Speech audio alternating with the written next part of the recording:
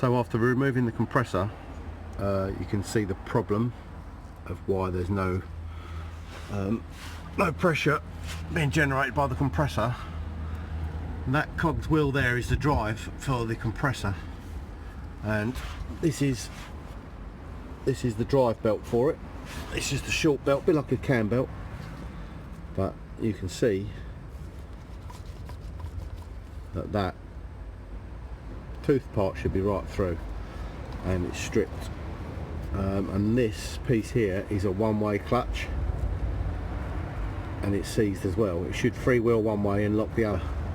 That's probably contributed to the belt stripping, that and age as well. I think these are a service item. I'm not sure of the exact interval, but these are a service item.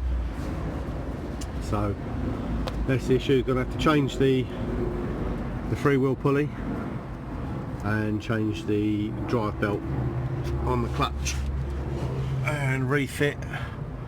It's a bit tight up there. You can't really do it without taking the refrigerant lines off. Well, you might be able to, but I went down this route. So that's your drive, and the alternator above it has got a similar drive which you can't see, so I'm going to recommend that that's done as well, although I think on the alternator it's front off and radiator out. I think to get to it it's a bit tight, but I'll get on and fit this new drive and pulley and regas it back up and see if we've got compressor operation after that.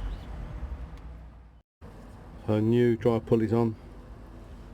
It freewheels one way and then locks the other.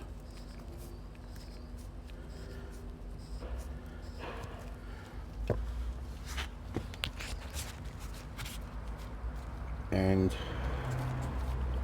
new belt to go with it.